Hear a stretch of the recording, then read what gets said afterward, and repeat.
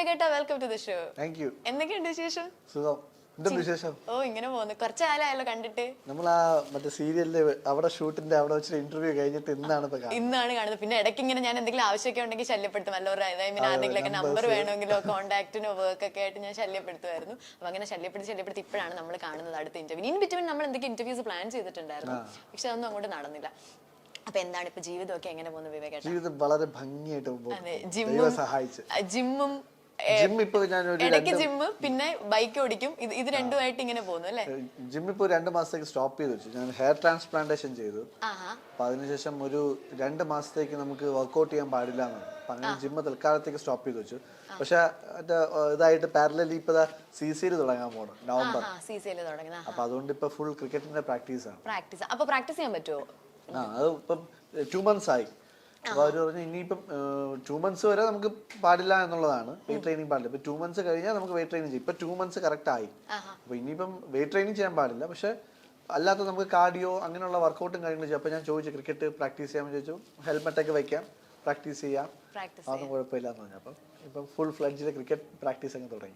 Hair transplant ചെയ്തതിനും പിന്നിലെ ചേതോ വികാരം അങ്ങനെയല്ലേ പറയുന്നത്?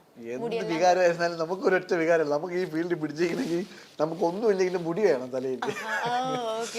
അല്ലെങ്കിൽ നമ്മൾ മറ്റേ ഇപ്പോഴത്തെ മോഡേൺ രീതിയിൽ പറയണ പോലെ എന്ത് തന്ത വൈബ അതൊക്കെ ആവുമല്ലോ. അതുകൊണ്ട് പിടിച്ചു നിൽക്കാൻ വേണ്ടിട്ട് പിള്ളേരുടെ ഇടയിൽ പിടിച്ചു നിൽക്കണ്ടേ? പിടിച്ചു നിൽക്കണം. ഓക്കെ, ചേട്ടന്റെ ബൈക്ക് ഭയങ്കര ബൈക്ക് റേസ് അല്ലേ? അതായത് വിവേകന്റെ ഇൻസ്റ്റഗ്രാം എടുത്ത് നോക്കിക്കഴിഞ്ഞാൽ ഒന്നെങ്കിൽ മറ്റേ കുറെ വെയിറ്റ് എല്ലാം കൂടെ എടുത്ത് പൊക്കുന്ന വീഡിയോ, അല്ലാന്നുണ്ടെങ്കിൽ ബൈക്ക് ഓടിക്കുന്ന. ഞാൻ എന്റെ കൺസെപ്റ്റ് ആണ്, നമ്മൾ എന്ത് സന്തോഷം നമുക്ക് സന്തോഷം മനസ്സിൽ തരുന്നു ആ കാര്യങ്ങളൊക്കെ നമ്മൾ സോഷ്യൽ മീഡിയയിൽ നമ്മൾ ഷെയർ ചെയ്യുക എന്നുള്ളതാണ്.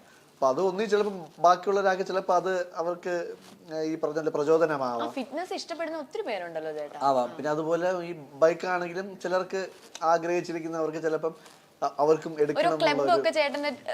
വീഡിയോസ് ഒക്കെ ടാഗ് ചെയ്യുമല്ലോ എടുത്തിട്ട് ബൈക്കിന്റെ ക്ലിപ്സ് ഒക്കെ. അപ്പം അവർക്കും ചിലപ്പോൾ ഈ പറഞ്ഞ പോലെ എടുക്കാണ്ടിരിക്കുന്ന ആൾക്കാർക്ക് ചിലപ്പോൾ എടുക്കണം എന്നുള്ളൊരു തോന്നലുണ്ടാവാം. അല്ലെങ്കിൽ ചിലപ്പം ഞാനിപ്പം എനിക്ക് വയസ്സ് പറഞ്ഞുകൊണ്ട് ബുദ്ധിമുട്ടൊന്നുമില്ല. നിങ്ങൾക്ക് ബുദ്ധിമുട്ടുണ്ടോ? എനിക്ക് ബുദ്ധിമുട്ടുണ്ട്, ഞാൻ പറയൂല എന്റെ വയസ്സ്. അപ്പൊ ഞാനിപ്പോ 42 വയസ്സായി. അപ്പം നമ്മൾ ഈ സമയത്ത് ഞങ്ങൾ പറയണായിരിക്കും 42 തോന്നില്ല വിവേകേട്ടാന്ന് പറയണോ? അങ്ങനെയൊന്നുമില്ല. അതൊക്കെ ഒരുപാട് പേര് പറഞ്ഞിട്ടുണ്ട്. അതൊക്കെ പഴയ അതൊക്കെ വെറും ക്ലിഞ്ച്. ഇപ്പൊ അങ്ങനെ ആ ക്ലിഞ്ചൊന്നും ഇപ്പൊ ഇവിടെ ഇല്ല. ഞാൻ പറഞ്ഞ 42 വയസ്സായാലും നമുക്ക് നമ്മുടെ ഞാനൊരു 10-30 വർഷം കൊണ്ട് നമ്മുടെ മനസ്സിൽ കൊണ്ടുവരുന്ന ആഗ്രഹമാണ് ഒരു സൂപ്പർ ബൈക്ക് സ്വന്തമാക്കണമെന്ന്. അപ്പൊ അത് ഇപ്പോഴാണ് എനിക്ക് നേടാൻ കഴിഞ്ഞത്. അപ്പം ആ സംഭവം നമ്മൾ ഇപ്പൊ ഇതേപോലെ ചിലപ്പോൾ എന്റെ അതേ പ്രായത്തിൽ അല്ലെങ്കിൽ എന്നെക്കാളും കുറച്ചുകൂടെ ഈ 45-46 വയസ്സുള്ള ആൾക്കാരും ചിലപ്പോൾ ഇതേപോലെ ബൈക്ക് നമ്മളൊക്കെ വായിക്കും അങ്ങനെയൊക്കെ ആഗ്രഹിച്ചിരിക്കുന്ന ആൾക്കാരുണ്ട്. അപ്പൊ അവർക്ക് ചിലപ്പോൾ ഒരു പ്രചോദനമാവും. അവര് പുള്ളിക്ക് എടുത്ത് 42 വയസ്സ് പുള്ളിക്ക് ഓടിയെങ്കിൽ പിന്നെ എന്തുകൊണ്ട് എനിക്ക് ഓടിച്ചൂടാന്നുള്ള തോന്നല് ബാക്കിയുള്ളവർക്ക് ഉണ്ടാവും. അവരും മേടിക്കട്ടെ. അവര് നമുക്കിപ്പോ നമ്മുടെ മനസ്സിന് സന്തോഷം തരുന്ന എന്ത് കാര്യങ്ങളുണ്ടോ അതൊക്കെ നമ്മൾ പ്രൊമോട്ട് ചെയ്യുക എന്നുള്ളതാണ്. അപ്പൊ നമുക്കത് എന്തെങ്കിലും നമ്മളിപ്പോ ഈ പറഞ്ഞ സോഷ്യൽ മീഡിയ പോസ്റ്റ് ചെയ്തിട്ട് നമുക്ക് എന്ന് വേണോ കാണാം. കുറേ നാള് കഴിഞ്ഞിട്ട് നമ്മളെടുത്ത് നോക്കുമ്പോൾ നമുക്ക് തന്നെ കാണുമ്പോൾ നമുക്ക് ഒരു ആ പഴയ ഫീലിലോട്ടും ആ ഒരു നൊസ്റ്റാൾജിയൊക്കെ ഫീൽ ചെയ്യാൻ വേണ്ടിട്ട് നമുക്ക് നല്ലതാണ്.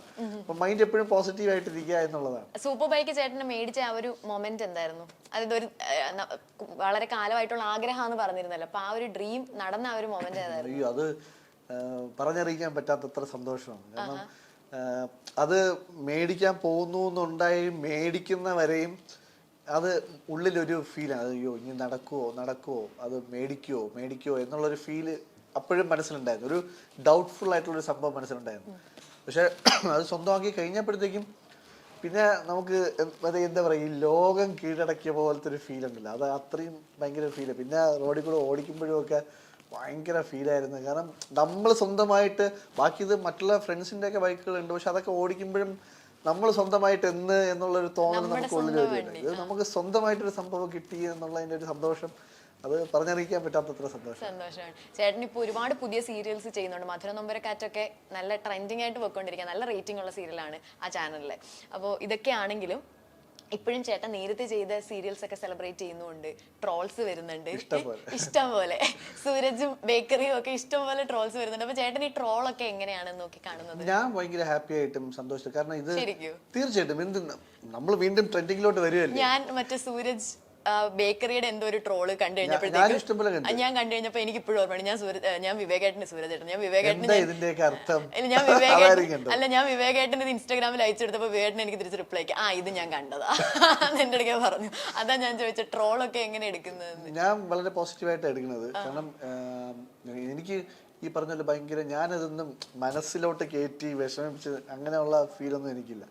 ഇത് ഉണ്ടാക്കുന്ന ആൾക്കാരിലും ഒരു അവർക്കും ഒരു മൈൻഡും അവരുടെയും ആ ഒരു പ്രസൻസ് ഓഫ് മൈൻഡ് വെച്ചിട്ടാണല്ലോ അവർ ഇതൊക്കെ ഓരോന്ന് ഉണ്ടാക്കുന്നത്. അപ്പം അവരൊക്കെ അവർക്കും അവരുടേതായിട്ടുള്ള രീതിയിലുള്ള കാര്യങ്ങളൊക്കെയാണ്. അപ്പം അത് നമ്മൾ എൻജോയ് ചെയ്യുക എന്നുള്ളതേ ഉള്ളൂ. പിന്നെ നല്ല കാര്യങ്ങൾ അക്സെപ്റ്റ് ചെയ്യുക, അല്ലാത്ത കാര്യങ്ങൾ ഇതുവഴിക്കൊക്കെ എഴുതി കളയുക എന്നുള്ളതാണ്. നമുക്ക് അങ്ങനെ ഞാൻ ഇതൊന്ന് ട്രോള് കണ്ടെന്ന് പറഞ്ഞ് നമ്മൾ ഭയങ്കര ഡൗൺ ആവുക അങ്ങനെയൊന്നും ഇല്ല. പരസ്പരത്തിന്റെ ക്ലൈമാക്സ് ചെയ്യുന്ന സമയത്ത് ചേട്ടൻ അറിഞ്ഞോ? അതായത് ഇത്രയും വർഷങ്ങൾക്ക് ശേഷവും അതെടുത്ത് ട്രോൾ ചെയ്യപ്പെടും? അതൊരിക്കലും പ്രശ്നമില്ല. ഞാൻ വേറൊരു സംഭവം എന്ന് വെച്ച് കഴിഞ്ഞാൽ പരസ്പരം ചെയ്തുകൊണ്ടിരുന്ന സമയത്ത് നമ്മുടെ സാജൻ ചേട്ടൻ പറഞ്ഞു ഏകദേശം ക്ലൈമാക്സിലൊക്കെ എത്തി. അപ്പോൾ സാജൻ ചേട്ടൻ എന്നോട് പറഞ്ഞൊരു കാര്യമുണ്ട്. നമ്മൾ ഒരു സീരിയൽ ആക്ടർ ഉള്ള ലൈഫ് എന്ന് വെച്ച് കഴിഞ്ഞാൽ നമ്മളിപ്പോൾ ഒരു സീരിയൽ ചെയ്തുകൊണ്ടിരിക്കുകയാണെങ്കിൽ നമ്മൾ ഭയങ്കര ഈ ഫീൽഡിൽ ഇന്നായിരിക്കും.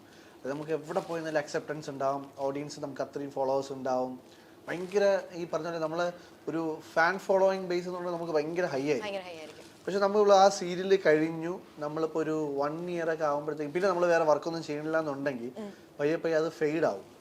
പിന്നെ നമ്മൾ റോഡിൽ കൂടെയൊക്കെ നടന്ന് പോകുമ്പോഴത്തേക്കും അത് മുമ്പ് ഒരു സീരിയൽ ചെയ്ത സീരിയൽ നടനാണ് അങ്ങനെ ഒരു ഇതിലോട്ട് പോകും. അല്ലാണ്ട് നമ്മൾ ആരും വന്ന് ഫോട്ടോ എടുക്കാനോ അല്ലെങ്കിൽ ഷേക്ക് ഹാൻഡ് തരാനോ ചിരിച്ച് സംസാരിക്കാനോ ഒന്നും ആരും നിൽക്കില്ല. കണ്ട് ജസ്റ്റ് ചിരിച്ച് അങ്ങ് പോകും എന്നുള്ളതല്ലാണ്ട് അത് മുമ്പ് ഒരു സീരിയൽ ചെയ്തിട്ടുള്ള ഒരു വ്യക്തിയാണെന്നുള്ള രീതിയിൽ ആൾക്കാർ റെക്കഗ്നൈസ് ചെയ്യുള്ളൂ.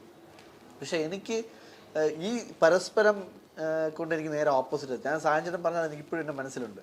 പക്ഷെ അത് നേരെ ജസ്റ്റ് ഓപ്പോസിറ്റാണ് ഇപ്പം നടന്നുകൊണ്ടിരിക്കുന്നത്. കാരണം ഇത്രയും കഴിഞ്ഞിട്ട് ഇത്രയും വർഷമായിട്ടും ആൾക്കാരുടെ എല്ലാവരുടെയും മനസ്സിൽ ഇപ്പോഴും ആ ഒരു സീരിയലും ആ കഥാപാത്രങ്ങളും നിറഞ്ഞു നിൽക്കുന്നു എന്ന് അറിയുമ്പോഴത്തേക്കും ശരിക്കും പറഞ്ഞാൽ വിശ്വസിക്കാൻ പറ്റാത്തത്ര സന്തോഷമുണ്ട്.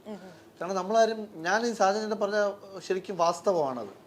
പക്ഷെ ഇത് അങ്ങനെ അല്ല, അതിന് ഓപ്പോസിറ്റായിട്ട് പോകുന്നു എന്ന് പറയുമ്പോൾ എനിക്ക് ഭയങ്കര സർപ്രൈസ് തോന്നാറുണ്ട്. കാരണം ഇത്രയും വർഷമായിട്ടും ആൾക്കാർ അതിനെ അക്സെപ്റ്റ് ചെയ്യുന്നുണ്ടല്ലോ, ആൾക്കാർ അതിനെ ഫോളോ ചെയ്യുന്നുണ്ട്. എത്രയോ ആൾക്കാർ എൻ്റെ അടുത്ത് ഇപ്പോഴും കുറേ ആൾക്കാർ എൻ്റെ അടുത്ത് പറയുന്നത് ചേട്ടാ ഞാൻ എൻ്റെ 8ാം ക്ലാസ്സിൽ പഠിക്കുമ്പോൾ കണ്ടു തുടങ്ങിയതാണ്, 7ാം ക്ലാസ്സിൽ പഠിക്കുമ്പോൾ കണ്ടു തുടങ്ങി. അപ്പോൾ ഞാൻ ചോദിച്ചു നീ ഇപ്പോൾ ഞാനിപ്പോൾ ഡിഗ്രിയൊക്കെ കഴിഞ്ഞു ജോലിക്ക് കയറാൻ പോവുകയാണ്, അങ്ങനെയൊക്കെ കുറേ ആൾക്കാർ ഒന്ന് ഇപ്പോഴും പറയുന്നുണ്ട്.